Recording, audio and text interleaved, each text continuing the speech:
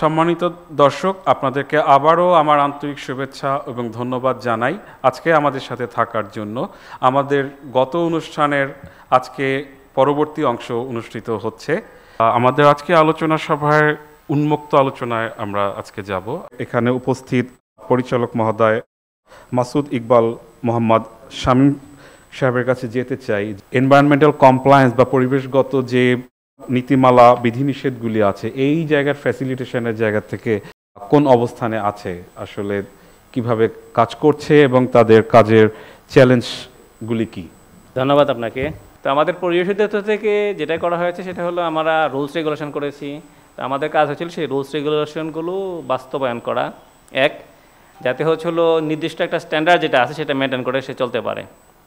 2 নম্বর হলো এগুলি মনিটর করা।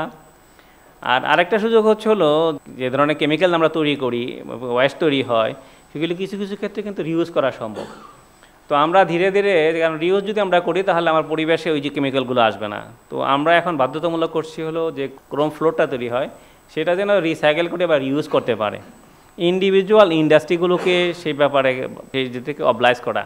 সাভারে যে টান্ডা শিল্প আছে এটাই তো হলো একটা ক্লাস্টার, প্রায় 140, 42, 43টার মতো ইন্ডাস্ট্রি চলে। ঢাকার বাইরে মাত্র 3টার মতো ইন্ডাস্ট্রি আছে আর কি। তো এগুলোতে ক্রোম সেপারেশন একটা ফ্যাসিলিটি আছে, কিন্তু ক্রোম রিকভার করে রিউজের মধ্যে ফ্যাসিলিটি নাই। ইন্ডিভিজুয়াল ইন্ডাস্ট্রি যেগুলো আছে সেগুলো যেন এরা রিউজ করে এবং ব্যবহার করে, সেগুলো খুব সফিস্টিকেটেড কোনো টেকনোলজি না। এবং এটা ইউজ করার কারণে মানে যে রিকভার্ড ক্রোম তার সাথে নতুন যে ক্রোমগুলো আছে সেগুলো মিক্সড করে ইউজ করার কারণে প্রোডাক্টের কোনো কোয়ালিটি হ্যাম্পার হয় না। এছাড়া আরও কিছু কিছু কেমিক্যাল আছে, স্প্যান্ড কেমিক্যাল আছে যেগুলো আবার রিসাইকেল করা যায়। এতে হয় কি, আমার এন্ড অফ দ্য পাইপে আমার পলিউশনের পরিমাণ কমে যাবে, আমার পরিবেশটাকেও ভালো রাখতে পারবো। আমি আরেকটু জানতে চাই আপনাদের, যেহেতু আমাদের এটা একটা প্রমিজিং সেক্টর, প্রায়োরিটির জায়গাতে আছে কি না এই সেক্টরের এই পরিবেশগত মান উন্নয়নের দিকটা? আপনারা জানেন যে এই সেক্টরটা প্রথমে ছিল আমাদের হাজারীবাগে, এবং হাজারীবাগে যখন এই ইন্ডাস্ট্রিগুলো ওখানে রান করতো তার কোনো রকম ট্রিটমেন্টের ব্যবস্থা ছিল না। মূলত পরিবেশ অধিদপ্তরের প্রচেষ্টায় এই ইন্ডাস্ট্রিটা আমরা হাজারীবাগ থেকে সাভার ট্যানারিতে এই ক্লাস্টারটা হয়েছে বিভিন্ন ফ্যাসিলিটি সহকারে। যদিও বিভিন্ন ফ্যাসিলিটি এখনও আপ টু দ্য মার্ক না, আগের চেয়ে অনেক ভালো না, এবং অনেকগুলো ফ্যাসিলিটি নাই, যেমন সলিড ওয়েস্ট ম্যানেজমেন্টের ফ্যাসিলিটিগুলো ওখানে নাই। নতুন একটা জায়গাতে আসার পরে এই পলিউশনগুলো ঢুকছে ধলেশ্বরী নদীতে, এবং ধলেশ্বরী নদী থেকে তার ডাউনস্ট্রিমে যে নদীগুলো আছে সেগুলো তো ধীরে ধীরে পলিউশন হচ্ছে। ধলেশ্বরী নদী শুধু যে আমাদের এই ট্যানারি থেকে যে পলিউশন সেটা রিসিভ করছে তা না, অন্যান্য যে টেক্সটাইল তার আপস্ট্রিমে আছে সেগুলো থেকেও আসছে। তো স্বাভাবিকভাবে ধলেশ্বরী নদীর পানির কোয়ালিটি ডেটোরিয়েট যাতে হচ্ছে, তো সেই ডেটোরিয়েশন যাতে না হয় এবং সেগুলো মনিটর করা, এনফোর্সমেন্ট করা এবং অ্যাওয়্যার করা, এবং গভর্নমেন্টের যে সমস্ত হায়ার লেভেল যে সমস্ত পলিসি লেভেল আছে সেই পলিসি লেভেলগুলো ইনফর্ম করা, তো এই কাজগুলি পরিশোধিত করতেছে। ধন্যবাদ আপনাকে। এমডি তাহারুল ইসলাম ভাইয়ের কাছে যেতে চাই, আমাদের কমপ্লায়েন্স স্পেশালিস্ট। কমপ্লায়েন্স ইস্যুতে পাস্ট এক্সপেরিয়েন্সের জায়গা থেকে এবং এখন যে অবস্থা বিরাজ করছে সেই জায়গা থেকে কতটুকু সম্ভাবনার দেখেন? ধন্যবাদ ভাই। সম্ভাবনা তো আসলে অনেক। আমার কাছে মনে হয় যে জায়গাটা ফোকাস করতে হবে সেটা হলো গভর্নেন্সের জায়গাটা, এই স্টেটের ম্যানেজমেন্টের জায়গাটা, লিডারশিপের জায়গাটা।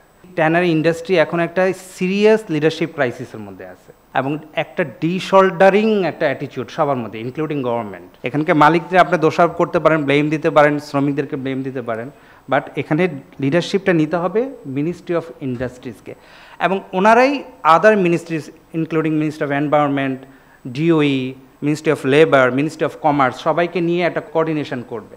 কিন্তু মূল জায়গাটা আসতে হবে ওনাদের কাছ থেকে। আমার ব্যক্তিগত মত হচ্ছে এলডিএকে এই সরকারের আমলে একটা ইন্টারিম গভর্নমেন্ট, আমাদের একটা সুযোগ, যেভাবেই হোক আমরা, যেহেতু এটা অ্যাডভোকেসি ডায়ালগ, আমরা এই অথরিটিকে একটা শেপে আনা এবং একটা গ্যাজেট আকারে প্রকাশ করে ফেলা, এবং অবশ্যই এখানে বিসিককে ইনক্লুড করতে হবে, কারণ তাদের একটা এক্সপিরিয়েন্স আছে, ওনারা যেন এখানে থেকে আমাদেরকে সহযোগিতা করতে পারে, এবং এই কমিটির ফরমেশনটা যেন টিপিক্যাল না হয়। এখানে এক্সপার্টদের আপনি ইনক্লুড করেন, যারা কাজ করতেছেন ইনক্লুড করেন, মোস্ট ইম্পর্টেন্টলি ওয়ার্কার ইউনিয়নের রিপ্রেজেন্টেশনটাকে নিশ্চিত করেন। স্টেটে যে কোম্পানিটা আছে, যেটা সিটিপি সলিড ওয়েস্ট যে কোম্পানিটা স্টেটটা ম্যানেজ করে, এই কোম্পানির প্রথম দাগে একটা রিস্ট্রাকচারিং দরকার, একটা টেকনিক্যাল টিম ফরমেশন করা। আরেকটা হচ্ছে ইটিভির ক্ষেত্রে আমরা ইটিভি দিলাম, ম্যাক্সিমামই শুরু করতে পারেনি, তো এটার রিজনটা কি? তো এটার তো একটা অ্যানালাইসিস দরকার। কারণ লাস্টলি ফ্যাক্টরি ডেভেলপমেন্ট, ব্যবসা করতে হলে ওনাদেরকে ফ্যাক্টরি ডেভেলপমেন্ট, সেটা ওয়েস্ট ম্যানেজমেন্ট হোক, ওয়েস্ট ট্রিটমেন্ট হোক, আমরা LWG সার্টিফিকেশন কথা যেগুলো বলছেন এগুলো দিয়ে হোক, প্রাইমারি ইনভেস্টমেন্টটা ওনাকেই করতে হবে। কিন্তু গভর্নমেন্টকে যেটা করা দরকার, ওনারা একটা সাপোর্ট প্যাকেজ নিয়ে আগে আসুক। আমরা এটা দেখেছি যে পার্শ্ববর্তী দেশে ওনারা যখন সার্টিফিকেট করবে, করার পর ওই সার্টিফিকেট জমা দেওয়ার পর ধরেন 10 টাকা খরচ হলো, গভর্নমেন্ট সেখানে 50-60% টাকা তাদেরকে ইনসেন্টিভাইজ করেন। এরকম যদি কোনো একটা চ্যানেল ক্রিয়েট করা যায় বা প্ল্যাটফর্ম বা প্যাকেজ ক্রিয়েট করা যায়, তাতেও কিন্তু ওনাদের জন্য একটা সাপোর্ট। ধন্যবাদ। আমি এই মুহূর্তে শবনম আপার কাছে যেতে চাই। আপার কাছে আমার দুইটা বিষয় জানার থাকবে আপা, যেটা হচ্ছে যে অ্যাসেসমেন্টটা আসলে সেক্টরটাকে বা হচ্ছে সিইটিপি বা বিসিককে কিভাবে হেল্প করবে, আর যেটা হচ্ছে যে আপনি গ্রিন বিজনেস ডেভেলপমেন্টের জন্য হচ্ছে কাজ করেছেন। সো বিজনেসম্যানরা, ওনারা বিজনেসে কেন ইনভেস্ট করতে চাচ্ছেন না? সো ওনাদেরকে সেই ইনভেস্টমেন্টে উদ্যোগী করার জন্য আসলে আমাদের ডেভেলপমেন্টের জায়গা থেকে আমরা কি করতে পারি? ধন্যবাদ হাসান ভাই। প্রথম হলো যে আমরা সবাই আলোচনা করছি চামড়া খাতের যে বর্তমান পরিস্থিতি রয়েছে, সেই পরিস্থিতি থেকে উত্তরণের উপায়টা কি। চামড়া খাতকে আসলে আমরা কিভাবে দেখতে চাই? আমরা কি ক্ষুদ্র কুটির শিল্প হিসেবে দেখতে চাই, নাকি কি ইন্ডাস্ট্রি হিসেবে আসলে স্বীকৃতি দিতে চাই? সেই জায়গাটা একটা বড় প্রশ্নের জায়গা। বেসিক এত বছর ধরে কাজ করছে, তাদের অবশ্যই একটা অভিজ্ঞতা তৈরি হয়েছে। তাহলে তাদের টেকনিক্যাল জায়গাতেও আসলে একটা অ্যাসেসমেন্টের প্রয়োজন রয়েছে, যে আসলে আর কি কি ক্যাপাসিটি বিসিকের থাকলে বিসিক আসলে অত্যন্ত সুযোগ্য উপায়ে এই বর্তমান পরিস্থিতিটিকে হ্যান্ডেল করতে পারবে এবং এটার উত্তরণের দিকে যেতে পারবে। আরেকটা বিষয় এসছে যেটা নিয়ে না বললেই নয়, মালিকের রাজি না হওয়া কিংবা মালিকের দিক থেকে আমরা যথেষ্ট প্রোঅ্যাক্টিভনেস দেখতে পাই না। এখানে একটা বড় জটিলতা সেটা হচ্ছে যে আমাদের দেশে যারা বড় মাপের চামড়া রপ্তানিকারক রয়েছেন, তারা নিজেরাই কিন্তু নিজেদের ট্যানারির চামড়া দিয়ে ওনারা পণ্যগুলোকে তৈরি করে বিদেশে পাঠাতে পারেন না সার্টিফিকেশনের অভাবে। এইটার একটা বড় গ্যাপের কারণ হলো আসলে, কারণ আমরা যখনই বলি যে আপনাকে ইটিপি এস্টাবলিশ করতে হবে, আপনাকে আপনার ওয়ার্কারদের জন্য ডিসেন্ট ওয়ার্কিং এনভায়রনমেন্ট তৈরি করতে হবে, তখন ওনারা এটাকে ধরে নেন যে আরও কিছু ব্যয়ের কথা আসলে আমাকে বলা হচ্ছে। কিন্তু তিনি আসলে বিনিয়োগ করছেন, সেই বিনিয়োগের জায়গাটাতে তাকে চিনিয়ে দেওয়া যাচ্ছে কিনা, কেন যাচ্ছে না? কারণ আমরা আসলে ওই লাভ ক্ষতির জায়গাটা ঠিকভাবে আসলে কখনো অ্যাসেস করে সবটুকু দেখতে পাইনি। এবারে চলে আসি অ্যাসেসমেন্টের জায়গাটিতে। ইউরোপিয়ান ইউনিয়ন কিন্তু নিজে থেকে নিজের তাগিদে এই সিইটিপিকে কী করে তার বর্তমান পরিস্থিতি থেকে উত্তরণ করে তার ক্যাপাসিটি এনহ্যান্সমেন্টের জায়গায় নিয়ে যাওয়া যায়, সেইখানটিতে কাজ করার জন্য এই স্টাডিটি ইউরোপিয়ান ইউনিয়ন অত্যন্ত সদয়ভাবে লঞ্চ করেছেন এবং এটি ইউরোপিয়ান ইউনিয়ন ইতাল প্রজেক্টকে কিন্তু এই জিনিসটার জন্য ফান্ড করছেন। এটা একটা পেইড স্টাডি। বাংলাদেশ সরকারকে ইউরোপিয়ান ইউনিয়ন সহায়তা করছেন এখানে, মিনিস্ট্রি অফ ইন্ডাস্ট্রির জন্য এই স্টাডিটি তারা করে দিচ্ছেন। এই স্টাডিতে আসলে আমরা যেইটুকু আশা করতে পারি সেটা হচ্ছে সিইটিপির কোথায় কোথায় কারেকশন প্রয়োজন, কিছু ডিজাইন এলিমেন্টও তারা ওখানে সাজেস্ট করে দিবেন, যাতে এটিকে একটি রেডি রেফারেন্স ডকুমেন্ট হিসেবে ব্যবহার করে সরকার আইদার নিজের ইনভেস্ট করার সিদ্ধান্ত নিতে পারেন কিংবা অন্য কোনো দাতা সংস্থার কাছে সাহায্যের জন্য অবশ্যই এটাকে রেইজ করতে পারেন যে এখানে এই গ্যাপগুলো রয়েছে, সেটা আমরা ফুলফিল কিভাবে করব। পাশাপাশি সলিড ওয়েস্টের জন্য কিছু ভ্যালু চেইন অ্যানালাইসিস পাবো। ইনভেস্টমেন্টটা হয়ে যাওয়ার পরে আমরা আসলে পরেরটুকুকে রিয়েলাইজ করবো কীভাবে, ম্যাটেরিয়ালাইজ করবো কীভাবে, সেটার প্ল্যান আমাদের এখনই থাকতে হবে। ধন্যবাদ আপা, আসলে খুবই ক্লিয়ার সাজেশন আমরা পেয়েছি এবং কমপ্লায়েন্স ইস্যুতে আমরা হচ্ছে এই প্রজেক্ট থেকে ওশি ফাউন্ডেশন কিভাবে কত দূরে গিয়েছে যদি একটু জানান আমাদেরকে। থ্যাংক ইউ কামরুল ভাই। যে একটা বিষয়, যখন আমরা আসলে এই যে এনভায়রনমেন্টাল কমপ্লায়েন্স বা সিটিপি নিয়ে যখন কাজ করার কথা বলি বা আমরা কিছু LWG সনদের জন্য কাজ করতেছি, তখন মালিকদের পক্ষ থেকে একটা কথা আসে যে আসলে সিটিপি তো ফাংশনিং না, তাহলে এটা করে লাভ কী? আপনি তো LWG আমাদেরকে করে দিতে পারবেন না, কেন সিটিপি যদি না ফাংশন করে তাহলে তো এটা হবে না, বা ও সলিড ওয়েস্ট ম্যানেজমেন্ট যদি ঠিকঠাক মতো না হয় তাহলে তো এটা হবে না। মানে তাদের এটা এক ধরনের তাদেরকে নিরুৎসাহিত করতেছে। তারা বলতে চাচ্ছে যে এইটার জন্য তার হয়তো অন্যান্য যে সোশ্যাল কমপ্লায়েন্সের যে ইস্যুগুলো আছে সেগুলোকেও তারা আসলে বাইপাস করে যাচ্ছে। এই ধরনের তাদের একটা আসলে টেন্ডেন্সি। বিসিক থেকে যে 4টা আসলে ইনস্ট্রাকশন ছিল প্রি ট্রিটমেন্ট সম্পর্কে, সেটা নিয়ে আমরা আসলে ক্লোজলি সিটিপির সাথে কাজ করতেছি এবং সেখানে বেশ কিছু আসলে ইমপ্রুভমেন্টও আছে এবং কিছু ফাইন্ডিংসও আছে। সেখান থেকে দেখা গেছে যে ক্রোমিয়াম এবং অন্যান্য যে এই কেমিক্যালের যে বজ্রগুলো আছে পাইপের মাধ্যমে আলাদা আলাদাভাবে সিটিপিতে যাওয়ার কথা, কিন্তু সেখানে দেখা যায় যে সেখানেই বেশি ইরেগুলারিটিস হয়। তারা আসলে সঠিক 2টা পাইপের যে আলাদা আলাদা ক্রোমিয়ামের পানি বা এই পানি সেটা দেয় না। আমার বেশি জানার আগ্রহ আপনার কাছ থেকে, মূল কোঅর্ডিনেশনটা কিভাবে হলে হচ্ছে যে আমরা সমস্যাগুলি থেকে। তা আমরা আসলে কোঅর্ডিনেশনের কথা যদি বলি তাহলে আমরা তো বিভিন্নভাবে আসলে কোঅর্ডিনেশন করে কাজ করছি। বিভিন্ন আমাদের যে ডেভেলপমেন্ট যে পার্টনার আছে তাদের সাথে কোঅর্ডিনেশন করছি, আমাদের যে লেদার ডেভেলপমেন্ট ফোরাম আছে সেটার সাথে আমরা সবসময় চেষ্টা করি মালিক শ্রমিক সেখানে যে ম্যানেজমেন্টের যে লোকজন আছে সকলকে আসলে আমরা বিভিন্ন প্রোগ্রামে এঙ্গেজ করি, আমরা আসলে প্রোগ্রাম করতে আমরা সকলকে আসলে এই সেক্টরে যারা আছে ইভেন আমাদের যে সিভিল সোসাইটি অর্গানাইজেশন আছে তাদেরকেও আমরা সাথে নিয়ে বিভিন্ন আমাদের এই প্রোগ্রামগুলো বাস্তবায়ন করার চেষ্টা করছি। আমি এই মুহূর্তে হচ্ছে আমাদের মোহাম্মদ আমানুল্লাহ ভাইয়ের কাছে যাব, যে আসলে কাজগুলি কিভাবে এগিয়ে নিলে এটা আরো গতি পাবে আপনি মনে করেন, আপনার জায়গা থেকে সুপারিশ যদি থাকে আমাদের জন্য কোনো। আসন ভাই আপনাকে অসংখ্য ধন্যবাদ। চামড়া শিল্পের যে পরিবেশগত প্রভাব এবং লেবারদের সোশ্যাল রাইটস এবং তাদের যে অধিকার, এই বিষয়গুলো কিন্তু আমরা অনেক দিন ধরে আলোচনা করছি, চ্যালেঞ্জগুলো আমরা কিন্তু জানি এবং আজকের আলোচনা থেকেও এটা কিন্তু ক্লিয়ার যে কিছু ইস্যু আসছে যে আমাদের যে ইন্টারমিনিস্ট্রিয়াল কোঅর্ডিনেশন এবং আমাদের যে অন্যান্য যে কোঅর্ডিনেশন, সেই কোঅর্ডিনেশন জায়গাটায় আমাদের অনেক বেশি ইমপ্রুভ করার জায়গা আছে। এবং কথাটা হচ্ছে যে কে করবে, লেদার ডেভেলপমেন্ট ফোরাম যেই প্ল্যাটফর্মটা আছে, it can play better role.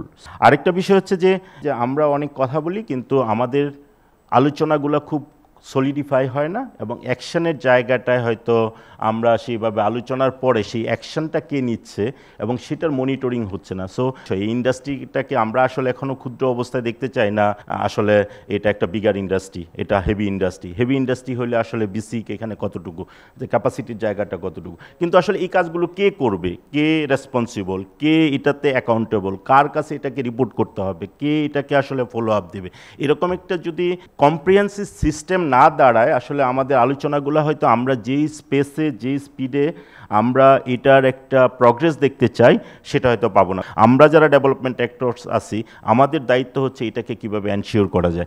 আমরা শুধু কোঅর্ডিনেশন গভর্নমেন্টের ক্ষেত্রে বলবো, আমরা আমাদের মধ্যে কীভাবে কোঅর্ডিনেশনটা বাড়াইতে পারি। যেমন সোলিডারিটি নেটওয়ার্ক টেকনোলজি নিয়ে কাজ করে, সো ওই টেকনোলজি ঐশী ফাউন্ডেশন অ্যাওয়ারনেস নিয়ে কাজ করে, সোলিডার সুইস হয়তো অন্য লেবার রাইটস, লেবার মুভমেন্ট এইগুলো নিয়ে কাজ করে। So how we can do a integrated approach. প্রকৃতি জীবন এখানে যে গাছ লাগানোর বিষয়টা, আমরা শুধু ইন্ডাস্ট্রির কথা চিন্তা করছি, লেবারদের কথা চিন্তা করছি, কিন্তু এইটার সাথে আশেপাশের যে কমিউনিটি তাদের কথা কিন্তু চিন্তা করছি না। সো এটা কিন্তু পুরা ইকোসিস্টেমটাকে হ্যাম্পার করছে।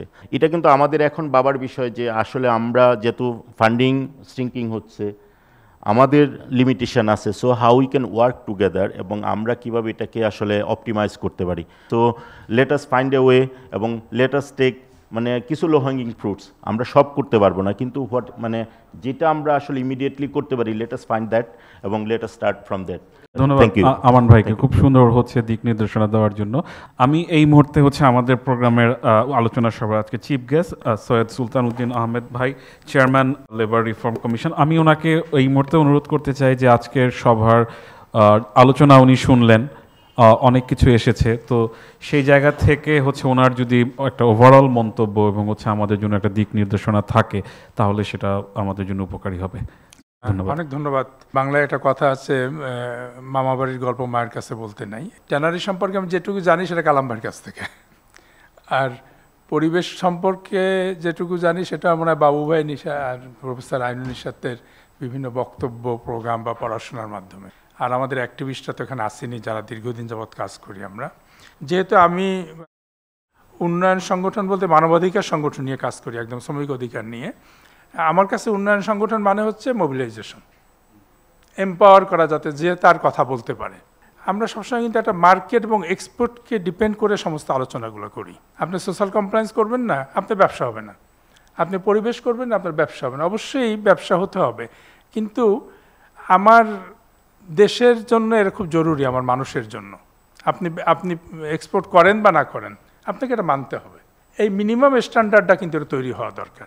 আপনি আফ্রিকা এক্সপোর্ট করবেন না ইউরোপে এক্সপোর্ট করবেন, সেটা তো অবশ্যই আছে। ইউরোপে এক্সপোর্ট করলে কমপ্লায়েন্স বেশি হবে, কিন্তু আপনি যদি কোথাও এক্সপোর্ট না করেন, বাংলাদেশের গ্রামে গ্রামে স্পঞ্জ বিক্রি করেন, তারপরেও কিন্তু ভাই আপনার এইটা মানতে হবে। আপনি স্পঞ্জটা এমন ম্যাটেরিয়ালসে করতে পারবেন না যাতে বাংলাদেশের গ্রামের মানুষের ক্যান্সার হয়। ইউরোপে বিক্রি করলেই শুধু ম্যাটেরিয়ালসটা ভালো লাগবে আর আমার গ্রামের কৃষককে দিলে লাগবে না। এখান থেকে মনে হয় একটু সরে আসা উচিত আমাদের, যে প্রধান কেন্দ্র হচ্ছে আমার ব্যবসা। অবশ্যই ব্যবসা একটা ব্যাপার, কিন্তু এটা প্রধান হতে পারে না। প্রধান হবে আমার দেশ এবং আমার পরিবেশ, আমার মানুষ।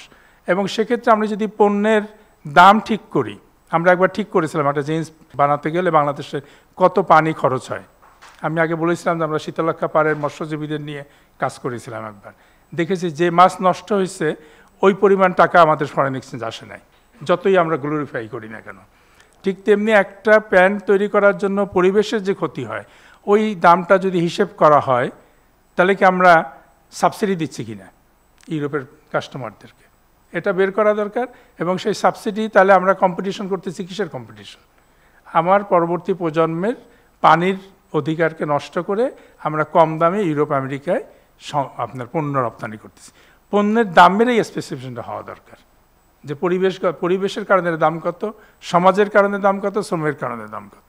আশা করব, চেষ্টা করব যাতে আমরা এটা প্রতিফলন ঘটাতে পারি। অনেক ধন্যবাদ। ধন্যবাদ ভাইকে। আমি এই মুহূর্তে অনুরোধ করব আমাদের আজকের সেশন চেয়ার জনাব মুকিব মজুমদার বাবু, চেয়ারম্যান প্রকৃতি ও জীবন ফাউন্ডেশনকে। তো আমি ওনার কাছে জানতে চাইবো যে ট্যানারি জায়গাতে হচ্ছে গাছ লাগানোর কতটুকু সম্ভাবনা উনি দেখেন, এটা একটু বলবেন, এবং ওভারঅল হচ্ছে আজকের আলোচনা সভা নিয়ে ওনার মন্তব্য করে উনি আজকের আলোচনা সভা সমাপ্ত করবেন।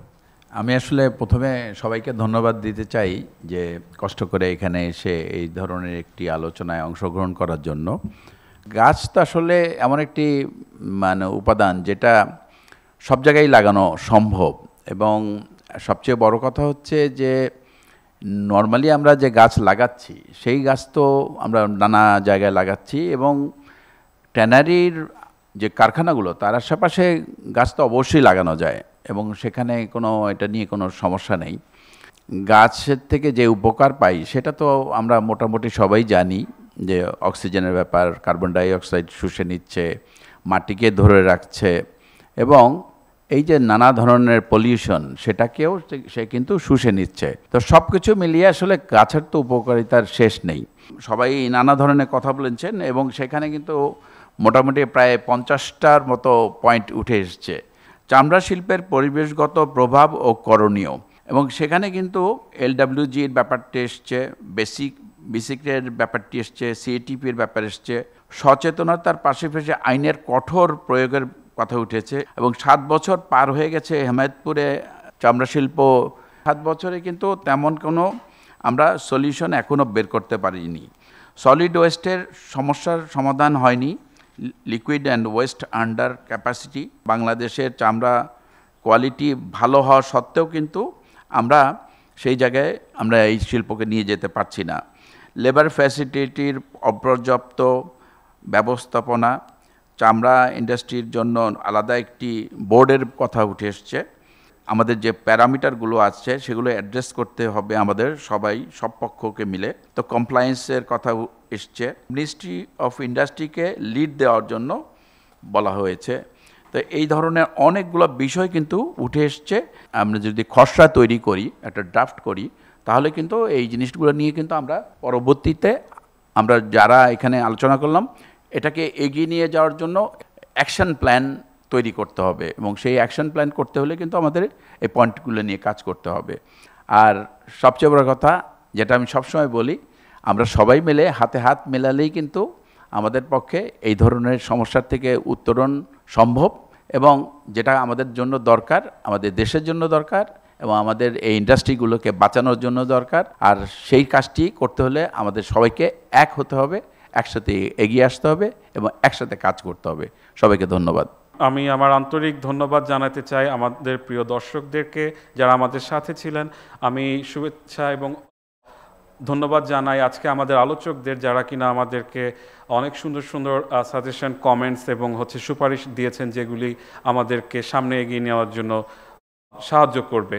আমি ধন্যবাদ জানাতে চাই আমাদের সম্মানিত chief guest Syed Sultan Uddin Ahmed, chairman labour reform commission, এবং একই সাথে আমি আমাদের ধন্যবাদ জানাতে চাই আজকের session chair mister Mukib Majumdar বাবু, চেয়ারম্যান প্রকৃতি ও জীবন ফাউন্ডেশনকে। সম্মানিত দর্শক, আমাদের আলোচনা আজকে এখানেই শেষ হলো, আমরা শেষ করছি। ধন্যবাদ।